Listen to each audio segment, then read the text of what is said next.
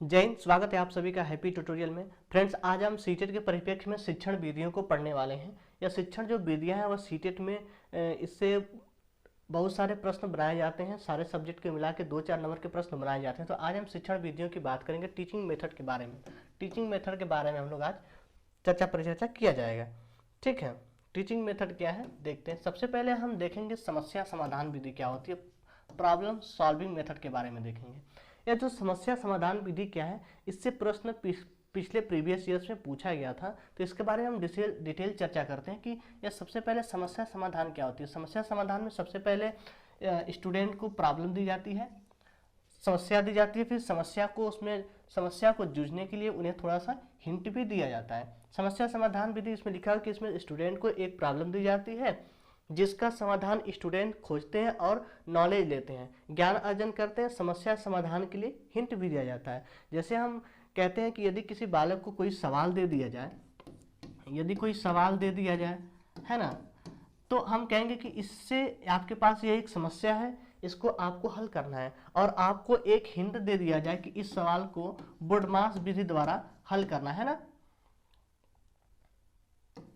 बोर्डमास विधि द्वारा हल करना है। तो आपको एक समस्या तो दी गई, समस्या के रूप में आपको एक सवाल दिया गया और आपको थोड़ा सा हिंट यह दिया गया कि इस सवाल को बोर्डमास विधि द्वारा हल करना है। तो बालक अब इस समस्या से जूझेगा, उस थोड़े से हिंट से वह इस अपनी समस्या को समाधान करेगा, है ना, समाधान करेगा ना। तो ऐसे ही होता है कि सबसे पहले समस्या समाधान विधि में बालक को समस्या दी जाती है और समस्या में उसे थोड़ा सा हिंट भी दिया जाता है। तो बालक उससे खोजबीन करता है, समाधान धीरे धीरे कर लेता है ना। तो समस्या समाधान विधि होती है। तो देखते हैं हम स्टेप बाय स्टेप कैसे समस्याएं उत्पन्न होती हैं और बालक समस्या से कैसे जूझता है और उसका समाधान कैसे करता है ना। तो हम सबसे पहले हमारे पास समस्या का हम चुनाव करते हैं, है ना। हम हमारे अंदर जो भी समस्याएं होती हैं टीचिंग मेथड को लेके या फिर किसी भी क्षेत्र विषय वस्तु को लेकर, जब हमारे अंदर समस्या उत्पन्न होती है तो सबसे पहले हम समस्या का चुनाव करते हैं। चुनाव करने का मतलब सबसे पहले हम समस्या को ढूंढते हैं कि आखिर हमारे अंदर समस्या थी कहाँ। जैसे हम बात करते हैं सीटेट के लिए, यदि हम पढ़ाई कर रहे हैं, यदि हमारा रिजल्ट अच्छा नहीं बनेगा तो फिर हम अपने कमियों को ढूंढेंगे ना, कि हमारे अंदर आखिर समस्या कहाँ थी, किस सब्जेक्ट में कमी थी कि हमने रिजल्ट अच्छा नहीं बना पाया। तो वैसे ही जब बालक के अंदर समस्या होती है तो वह समस्या का सबसे पहले चुनाव करता है कि आखिर हमारे अंदर समस्या है क्या। फिर उस समस्या का चुनाव करने के बाद वह समस्या को कारणों को जानने की कोशिश करता है। जब हमने यह चुनाव कर लिया कि हमारे विषय में, सीडीपी के विषय में या फिर गणित में हमारे अंदर कमजोरी थी, समस्या हमने ढूंढ लिया, तो फिर हम समस्या के कारण का पता लगाते हैं। जब हमें समस्या पता चल जाती है कि हमने अपना रिजल्ट अच्छा नहीं बना पाया, हमारी समस्या थी, फिर हम कारण का पता करते हैं कि हमने गणित विषय में कम अंक प्राप्त किए, तो हमारी जो समस्या थी वह गणित विषय में थी। तो इस तरीके से हम समस्या के कारण को जान पाते हैं कि हमारा कारण कहाँ था, किसके वजह से हमने अंक अच्छे नहीं प्राप्त किए। फिर जब हम समस्या के कारण का पता लगाते हैं तो समस्या से रिलेटेड इंफॉर्मेशन को हम कलेक्ट करते हैं, सब समस्या से रिलेटेड जानकारी को हम इकट्ठा करते हैं।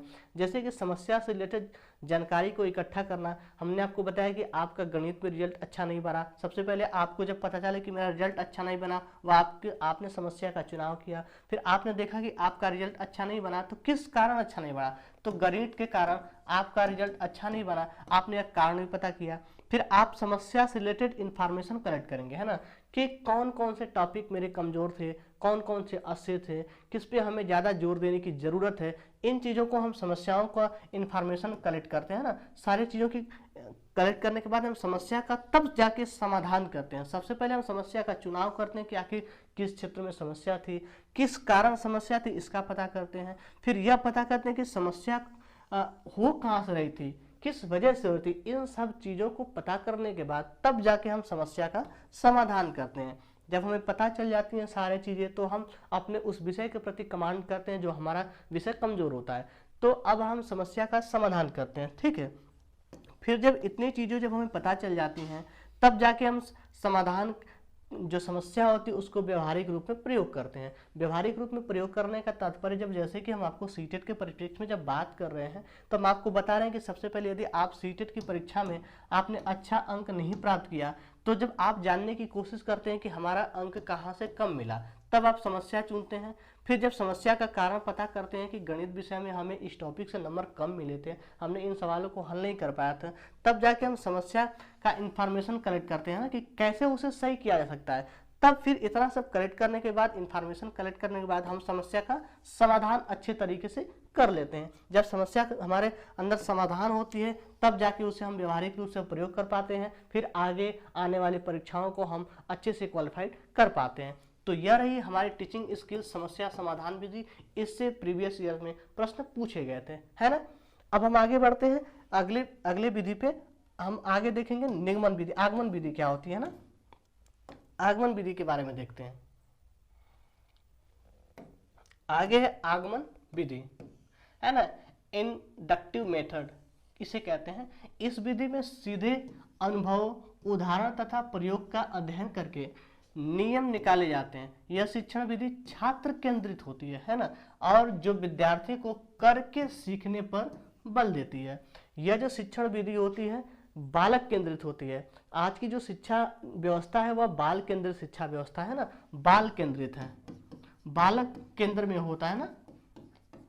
तो जो यह आगमन विधि है यह भी बाल केंद्रित विधि है ना, बालक केंद्र में होता है और बालक को करके सीखने का मौका दिया जाता है। सबसे बेस्ट है कि आप जानते हैं कि यदि किसी बालक को कोई कार्य सिखाना हो तो आप उसे मौका दीजिए। बालक एक वैज्ञानिक करता होता है ना, बालक एक खोजकर्ता, जैसा कि आप जानते हैं जीन पियाजे महोदया ने कहा था कि बालक एक वैज्ञानिक के रूप में होता है ना, वह अपने कार्यों की योजना स्वतः बना लेता है। आप उसे मौका देंगे तो वह अपने कार्यों की योजना स्वतः बना लेगा, उसे करके सीखने का मौका देना चाहिए, है ना।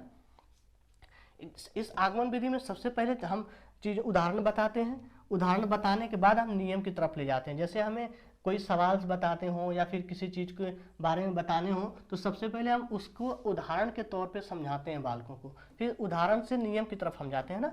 जैसे कि यहाँ इस विधि में के तर्क जो है यहाँ दिए गए कि उदाहरण से नियम की तरफ। आगमन विधि क्या कहती है कि सबसे पहले बालकों को उदाहरण दिया जाए, उदाहरण से उन्हें चीज़ों को समझाया जाए अच्छे से, तब जाके उन्हें नियम के बारे में बताया जाए। जैसे हमें कोई किसी भी वस्तु के बारे में सबसे पहले बतानी है तो सबसे पहले हम उन चीज़ों के बारे में, उनसे मिले जुले चीज़ों के बारे में उदाहरण देते हैं, तब जाके उसके नियम के बारे में बताते हैं, है ना। तो यह उदाहरण से नियम की तरफ काम करता है और स्थूल से सूक्ष्म की तरफ काम करता है। स्थूल से सूक्ष्म कहने का मतलब जैसे आप देखते हैं कि स्थूल से सूक्ष्म, जैसे कि हम कहते हैं ना कि सीढ़ियों पे चढ़ना, कूदना या फिर नाचना, जहाँ हम अपने पूरे शरीर का उपयोग करते हैं किसी काम को करने के लिए, तो उसे हम कहते हैं स्थूल कौशल ना, स्थूल कौशल भी कहते हैं, ठीक है, स्थूल कौशल कहते हैं। और सूक्ष्म कौशल क्या होता है, जहाँ हम अपने नेत्र और हाथ के अंगुलियों का समन्वय बना पाते हैं, उसे हम सूक्ष्म कौशल कहते हैं। जैसे जब हम जैसे कि अब हाथों से पेन पकड़ के हम लिख रहे हैं तो यह हमारे नेत्र और अंगुलियों का समन्वय है, यह सूक्ष्म कौशल है। और स्थूल कौशल जैसे कि एक छोटा सा बालक होता है, 4 से 5 7 से 8 मंथ का जब एक बालक होता है तो वह किसी खिलौनों को जब पकड़ता है तो आप देखते हैं ना वो अपने पूरे बॉडी का प्रयोग करता है। उसे यह नहीं पता होता कि हम अपने अंगुलियों से भी उस सामान को हम उठा सकते हैं। वो अपने पूरी बॉडी को खसीटते हुए ले जाता है और खिलौने पे पूरे दबा के उठाता है ना, तो उसे हम कहते हैं जब अपने पूरे बॉडी का प्रयोग करता है उसे हम स्थूल कौशल कहते हैं। और जब हम यह जान पाते हैं कि अपने हाथों का और नेत्रों का जहाँ समन्वय बना पाते हैं उसे हम सूक्ष्म कौशल कहते हैं। तो जो यह आगमन विधि होती है यह चलती स्थूल से सूक्ष्म की ओर, है ना, और यह विशिष्ट से सामान्य की ओर चलती है। विशिष्ट से सामान्य की ओर भी यह आगमन विधि चलती है, ठीक है। आगे बढ़ते हैं, देखते हैं और भी है। ज्ञात से अज्ञात की तरफ हम कैसे जाते हैं। आगमन विधि में हम ज्ञात से अज्ञात की बात करते हैं। ज्ञात से अज्ञात की बात हम इस तरीके से कहते हैं, सबसे पहले हमें जो चीज़ें ज्ञात होती हैं उसी से रिलेटेड जोड़ के हम किसी अन्य चीज़ों को सीखते हैं। जैसे हम क्या है कि अब हम प्राथमिक स्तर पे अ का ज्ञान हमें हुआ ना, हम आ पढ़ते हैं, है ना, ये सब चीज़ें पढ़ते हैं। तो अब हम यह जान पाते हैं कि अब अ से यहाँ आदमी लिख दिया है ना, अ से यहाँ आना लिख दिया जाए, ठीक है। जो इस तरीके से शब्द जोड़ जाते हैं, अ से आम लिख दिया जाए, तो आप यह जान पाते हैं कि जब अ अक्षर को आप पहले से जानते हैं, आपका ज्ञात चीज है और यह आपका अज्ञात चीज है, तो आप इस चीज से जोड़ के आप इस चीज को सीखते हैं ना। आप ज्ञात चीज़ों से जोड़ के अज्ञात चीज़ों के बारे में सीखते हैं। और भी हम उदाहरण की बात करें तो सबसे पहले हम उदाहरण की बात करें तो आपको पता है कि हम और आप मोटरसाइकिल चलाना अच्छे से सीखते हैं, उसके स्टीयरिंग के बारे में, उसके एक्सीलरेटर के बारे में, उसके गियर के बारे में हम अच्छे तरीके से जानते हैं, और हम फोर व्हीलर चलाना नहीं जानते हैं। तो जो हम बाइक चलाना जानते हैं वह हमारी ज्ञात चीज़ है। जब हम फोर व्हीलर चलाना सीखेंगे तो हम बाइक से कोरिलेट करेंगे ना, कि बाइक में जिस तरीके से गियर लगाई जाती है उस तरीके से फोर व्हीलर में गियर है, स्टीयरिंग जिस तरीके से हम क्लच खींचते हैं उस तरीके से फोर व्हीलर में भी गियर लगाए जाते हैं, स्टीयरिंग लगाए जाते हैं ना। तो हम बाइक से जोड़ के जब फोर व्हीलर चलाना सीखेंगे तो बाइक हमारी ज्ञात चीज़ हो गई और फोर व्हीलर अज्ञात है, हम एक दूसरे को कोरिलेट करके सीख सकते हैं। तो आगमन विधि क्या कहता है कि अज्ञात से अज्ञात की तरफ चलता है और मूर्त से अमूर्त की ओर यह चलता है। मूर्त चीज़ें वे चीज़ें होती हैं जो चीज़ें से हम आंखों से देख सकते हैं, छू सकते हैं, टच कर सकते हैं, और अमूर्त वे चीज़ें होती हैं जो हम बस कल्पना कर सकते हैं। तो सबसे पहले जब हमें मूर्त चीज़ें, हम ठोस चीज़ों को देखते हैं, उस हिसाब से हम अपने मन मस्तिष्क में और भी चीज़ों की कल्पना कर पाते हैं। तो इसे हम कहते हैं कि जो आगमन विधि होती है मूर्त से अमूर्त की तरफ चलती है और प्रत्यक्ष से प्रमाण की तरफ चलती है ना। यह थी हमारी आगमन विधि। आगे हम निगमन विधि के बारे में बात करते हैं कि निगमन विधि क्या क्या के अंतर्गत क्या क्या होता है। ठीक है, ये निगमन विधि है, डिडक्टिव मेथड। निगमन विधि के बारे में बात करते हैं ना, डिडक्टिव मेथड। इसमें लिखा है कि इस विधि में सर्वप्रथम विद्यार्थियों को नियम का ज्ञान दिया जाता है, इसके पश्चात उदाहरण देकर उन नियमों को समझाया जाता है। यह विधि शिक्षक केंद्रित विधि है ना, कहलाती। इसमें शिक्षक ही सारे नियम सिखाते हैं। जब हम किसी मैथ के, आपने पढ़ा होगा, जब हम मैथ के फार्मूलों के बारे में पढ़ते हैं है ना, सबसे पहले हमें फार्मूला बता दिए जाते हैं कि a प्लस बी का होल स्क्वायर क्या होगा, है ना, a प्लस बी प्लस सी का होल स्क्वायर क्या होगा। तो सबसे पहले हमें फार्मूले बता दिए जाते हैं, फिर उस फार्मूले पे सवाल बताए जाते हैं। तो जो यह विधि है, सब जो फार्मूला बता के सवाल बताए जाते हैं, यह विधि निगमन विधि होती है। और वह विधि जो उदाहरण बताने के बाद, समझाने के बाद नियम बताए जाते हैं, वह आगमन विधि है। तो इस विधि में सबसे पहले हमें नियम बता दिए जाते हैं, फिर नियम के हिसाब से हमें उदाहरण दिए जाते हैं, है ना। आप गणित में आप ऐसे ही पढ़ते हैं ना, सबसे आपको नियम बताया जाता है, फिर उदाहरण बताया जाता है। और जो यह विधि है यह शिक्षक केंद्रित विधि होती है ना, यह शिक्षक केंद्रित विधि है। इस विधि में कैसे कैसे होता है, हम प्रमाण से प्रत्यक्ष की ओर जाते हैं। सबसे पहले हमें प्रमाण दिया जाता है, तब फिर हमें प्रत्यक्षता की ओर दिखाया जाता है। सबसे पहले नियम बता दिए जाते हैं, तब हमें उदाहरण दिखाए जाते हैं ना। पहले प्रमाण उसका दे दिया जाता है कि यह किस तरीके से सवाल हल होने वाला है, कौन से फार्मूले पे काम करेगा, तब उसे आपको विभिन्न तरीके के उदाहरण देकर समझाया जाता है। और आगे सूक्ष्म से स्थूल की ओर, इसमें कहता है कि सबसे पहले हम छोटी चीज़ों के बारे में करते हैं, फिर तब जाके हम बड़ी बड़ी चीज़ों को सीख पाते हैं, है ना। सामान्य से हम विशिष्ट की ओर चलते हैं। अज्ञात से निगमन विधि कहता है कि सबसे पहले हमें जो नियम है वह अज्ञात है और जो उदाहरण है वह ज्ञात चीज़ है ना। नियम आपके लिए जो हमने आपको बताया कि a प्लस बी प्लस सी का होल स्क्वायर क्या होगा, है ना। तो ये जो नियम है आपका अज्ञात चीज़ है और जो उदाहरण है ज्ञात चीज़ें होती हैं, है ना। तो हम अज्ञात से ज्ञात की ओर चलते हैं और नियम से उदाहरण की ओर चलते हैं। सबसे पहले आपको नियम बता दिया जाता है, फिर आपको उदाहरण के बारे में बताया जाता है। आगे लिखेंगे समस्या समाधान विधि जो होती है, प्रॉब्लम सॉल्विंग मेथड। इसमें स्टूडेंट को, है ना, ये ऊपर नीचे हो गया है, मैंने आपको समस्या समाधान यहाँ टाइप हो गया गलती से। तो जो आगमन निगमन विधि होती है वह किस तरीके से काम करती है ना, प्रमाण से प्रत्यक्ष की ओर, सूक्ष्म से स्थूल की ओर, सामान्य से विशिष्ट की ओर, अज्ञात से ज्ञात की ओर, नियम से उदाहरण की ओर काम करती है। आगे हम देखते हैं प्रोजेक्ट मेथड। प्रोजेक्ट विधि क्या कहती है ना, प्रोजेक्ट मेथड क्या होता है। इसके प्रवक्ता जो है वह है किलपैट्रिक महोदय है। यह विधि जो अनुभव केंद्रित होती है ना, अपने अनुभवों पर आधारित होती है। यह बालकों के समाजीकरण पर विशेष बल देती है ना, समाजीकरण पर बालकों के विशेष बल देती है। और इस विधि में जो विद्यार्थी होता है वह स्वतंत्र रूप से कार्य करता है, अपने समस्याओं का हल वह स्वयं के विचारों के आधार पर करता है ना। यह विधि वास्तविकता के सिद्धांत पर कार्य करती है।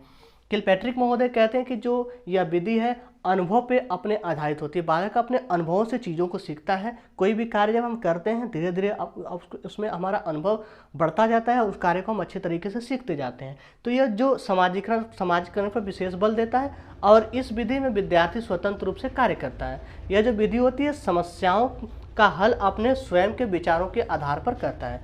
इस विधि को वास्तविकता के सिद्धांत पर कार्य करता है ना। आगे बढ़ते हैं, हम आगे देखते हैं कि आगे कौन कौन सी विधियां हमें मिलती हैं। हाँ, प्रत्यक्ष विधि, ठीक है, डायरेक्ट मेथड। इस विधि में बालक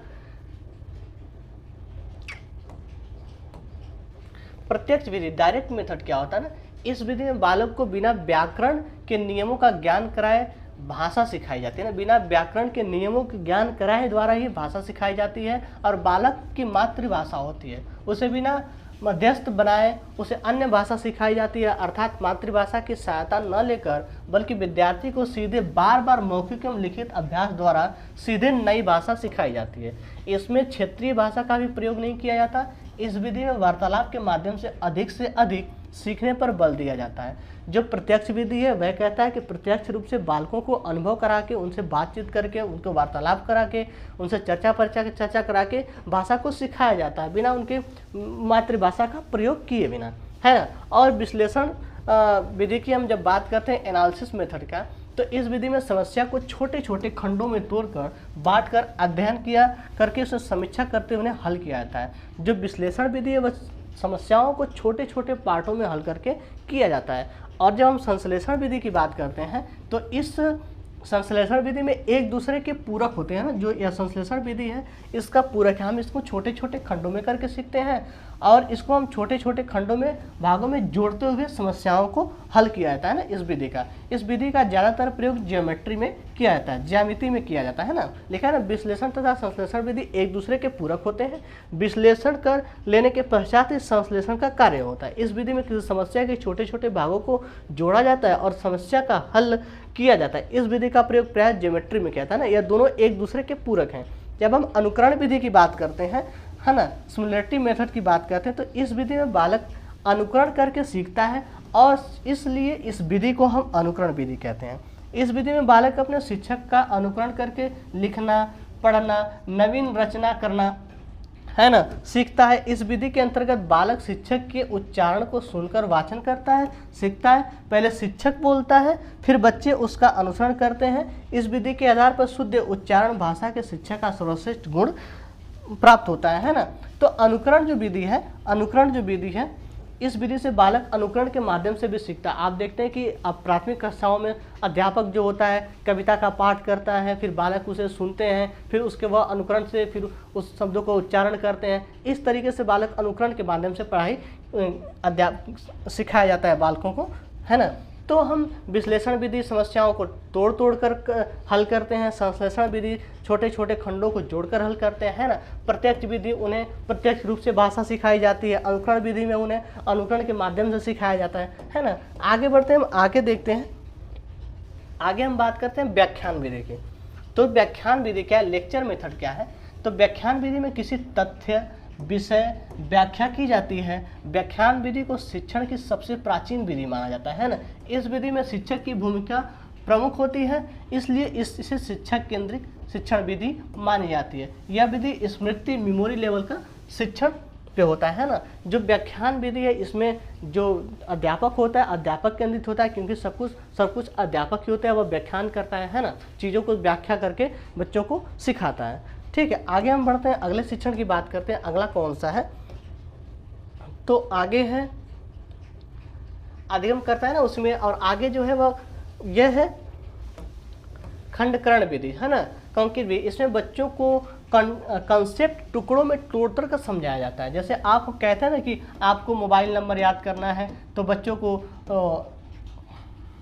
बच्चों को ऐसे आप अंक सिखाते हैं, तो टुकड़े टुकड़े में तोड़ के सिखाते हैं ना, तब जल्दी बालक अच्छे से अंकों को, नंबरों को सीख जाता है। तो खंडन विधि द्वारा भी हम बच्चों को शिक्षा दे सकते हैं, है ना। तो ये थी हमारी शिक्षण विधियाँ, जिसमें से प्रश्न आए दिन पूछते रहते हैं। सीटेट में पीछे भी पूछे गए हैं और अनुमानतः आगे भी प्रश्न बन सकते हैं। तो आज के लिए इतना ही, धन्यवाद, मिलते हैं अगली क्लास में।